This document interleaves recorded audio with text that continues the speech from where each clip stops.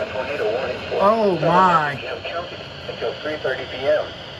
At 3:06 p.m. I just had to record this. A tornado was located near Edgewood, or 18 miles southwest of Effingham, moving northeast at 40 miles per hour.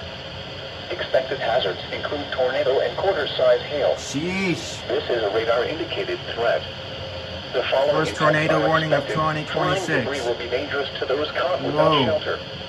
Mobile homes will be damaged or destroyed. Damage to roofs, windows, and vehicles will occur. Tree damage is likely.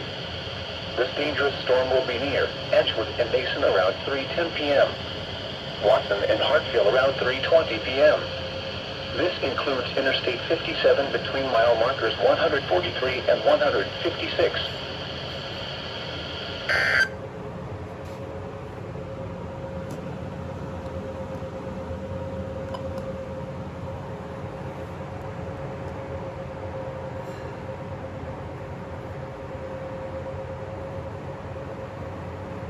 So yeah, if you're in this area, guys, get to a sturdy shelter and do not go into areas where you could get hit by flying debris if you're in this path of this tornado.